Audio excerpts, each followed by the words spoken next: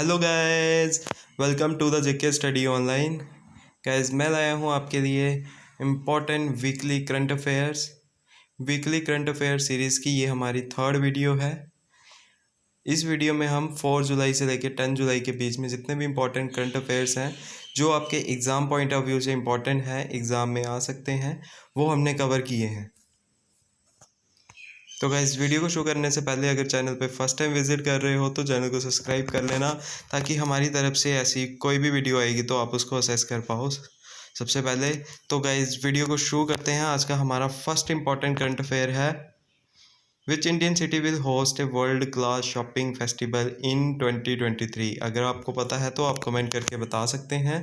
तो मैं आपको बता दूं, इसका राइट रहेगा ऑप्शन ए। ठीक है, ऑप्शन ए बिल्कुल करेक्ट रहेगा। फर्स्ट इम्पॉर्टेंट करंट अफेयर का वर्ल्ड क्लास शॉपिंग फेस्टिवल 2023 जो है दिल्ली होस्ट करेगा। ठीक है, इसके बाद सेकंड जो हमारा इम्पोर्टेंट करंट अफेयर है, who has been crowned Miss Femina Miss India 2022।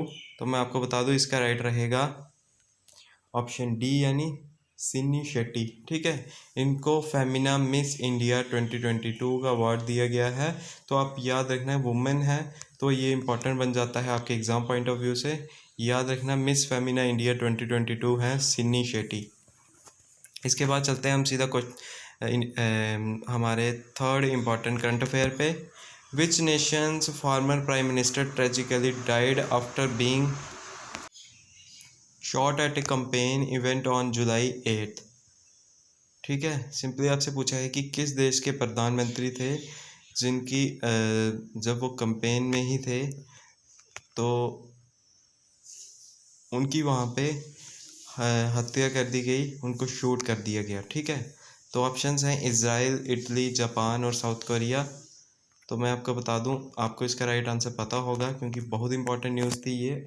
तो ऑप्शन सी बिल्कुल राइट रहेगा। जापान के एक्स पीएम थे जो शिंजो एबे, उनकी शूट करके उनको डेथ कर दी गई है, ये आप याद रखना। ठीक है, शिंजो एबे जापान के। इसके बाद चलते हैं हम सीधा क्वेश्चन नंबर 4 की ओर। क्वेश्चन नंबर 4 में है, Mohammad Barkindo who passed away suddenly at 63 years was the secretary general of which organisation. ठीक है, नाम है मोहम्मद बारकिंडो, 63 ईयर्स की एज में सडनली एकदम से इनकी डेथ हो गई है। तो ये सेक्रेटरी जनरल थे किस बड़ी ऑर्गेनाइजेशन के। ऑप्शंस हैं आपके सामने, ओपेक, OECD, ILO, OSCE। ठीक है, तो मैं आपको बता दूं, इसका राइट ऑप्शन जो है वो है ऑप्शन ए। ठीक है, यानी ओपैक। ओपैक की फुल फॉर्म आपसे पूछी जाएगी तो organisation of petroleum exporting countries. ठीक है, इसके बाद चलते हैं हम सीधा क्वेश्चन नंबर 5 की ओर।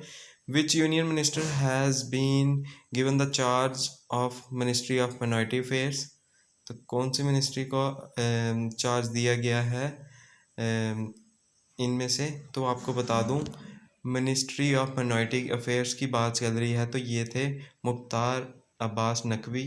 तो उन्होंने रिज़ाइन दे दिया है, तो अब ये चार्ज एडिशनल दे दिया गया है ऑप्शन बी, स्मृति ईरानी जी को। ठीक है, तो याद रखना, बहुत इंपॉर्टेंट है आपके एग्ज़ाम पॉइंट ऑफ व्यू से कि जो माइनॉरिटी अफेयर्स के मिनिस्टर थे मुख्तार अब्बास नकवी जी, उन्होंने रिज़ाइन दे दिया है। अब स्मृति ईरानी जी जो हैं वो इस मिनिस्ट्री का एडिशनल चार्ज संभाल रही हैं। ठीक है, इसके बाद चलते हैं हम सीधा क्वेश्चन नंबर 6 की ओर। क्वेश्चन नंबर 6 है, which state government will provide 300 units of free electricity every month to every household from July 1। Simply आपको इसका आंसर पता ही होगा। ये काम कौन कर सकता है, तो ये कर सकती है आप, आम आदमी पार्टी। ठीक है, कौन कर सकती है, आम आदमी पार्टी।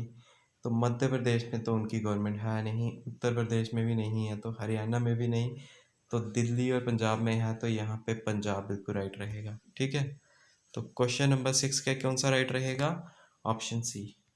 ठीक है, इसके बाद चलते हैं हम सीधा क्वेश्चन नंबर 7 की ओर। Which countries prime minister has step down.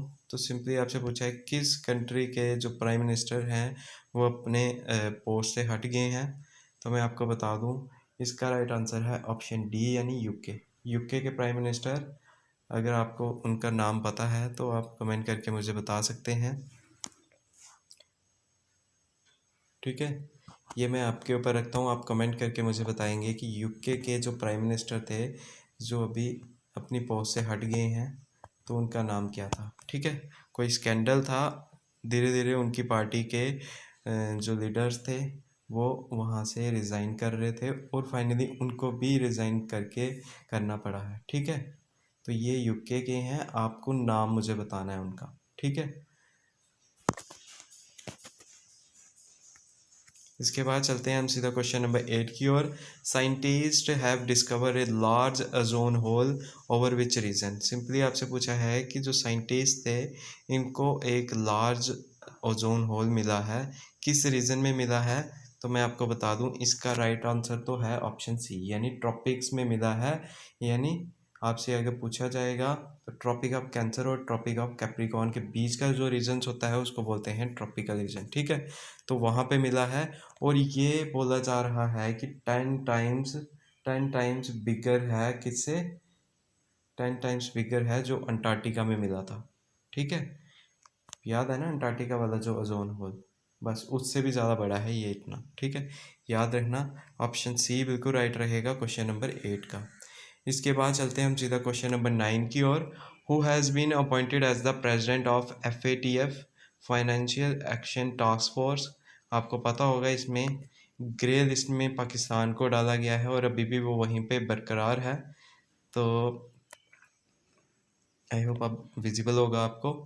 तो सिंपली आपको पूछा है कि इसके प्रेसिडेंट किसको अपॉइंट किया गया है। ठीक है, FATF के प्रेसिडेंट जो हैं न्यू कौन बने हैं, तो मैं आपको बता दूं इसका राइट आंसर है ऑप्शन ए, राजा कुमार। ठीक है, राजा कुमार को अपॉइंट किया गया है president of FATF financial action task force. ये इलीगल मनी लॉन्ड्रिंग को देखती है या कोई ऐसी एक्टिविटीज़ जो मिलिटेंट्स या फिर और टेररिस्ट के लिए जो मनी लॉन्ड्रिंग होती है उसको ये मॉनिटर करती है, उसका ये पूरा ध्यान रखती है। ठीक है, तो इसी लिस्ट में पाकिस्तान है। ठीक है, ग्रे लिस्ट में FATF की, याद रखना। और राजा कुमार जो हैं इसके प्रेसिडेंट अपॉइंट किए गए हैं न्यूली। इसका टर्म रहेगा इनका 2 ईयर्स का। ठीक है, याद रखना। इसके बाद है क्वेश्चन नंबर 10 हमारा last. Which sport will return to Commonwealth Games this year for the second ever time. बहुत इंपॉर्टेंट क्वेश्चन है आपके एग्ज़ाम पॉइंट ऑफ व्यू से। कॉमनवेल्थ गेम्स आपको पता है कि ये होने वाली हैं। ठीक है, तो इसमें सेकेंड टाइम किस स्पोर्ट को फिर से इंक्लूड किया गया है, तो मैं आपको बता दूं इसका राइट है ऑप्शन डी, यानी क्रिकेट को इसमें फिर से इन्वॉल्व किया गया है। पहले इसको में जो फर्स्ट टाइम किया गया था तो मैन क्रिकेट को किया गया था। ठीक है, मैन ODI क्रिकेट को किया गया था। ठीक है, मैन ODI कब किया गया था, याद रखना 1988 में। तो कब कहाँ पे हुए थे, कुलालालंपुर। ठीक है, कुलालालंपुर में हुए थे वहाँ पे। और इस बार मैं आपको बता दूं इसका राइट आंसर है क्रिकेट, लेकिन इस बार वुमेन क्रिकेट को इसमें इंक्लूड किया गया है, याद रखना। ठीक है, क्रिकेट तो है लेकिन वुमेन क्रिकेट को। ठीक है, याद रखना कॉमनवेल्थ गेम्स में वुमेन क्रिकेट को इस बार इंक्लूड किया गया है। जब ये होंगे तो उसमें वुमेन क्रिकेट के मैचेस भी होंगे और जीतेगी जो टीम उसको गोल्ड मेडल मिलेगा और सेकंड वाली को कौन सा मेडल मिलेगा, सिल्वर, और थर्ड वाली को ब्रॉन्ज मेडल, याद रखना।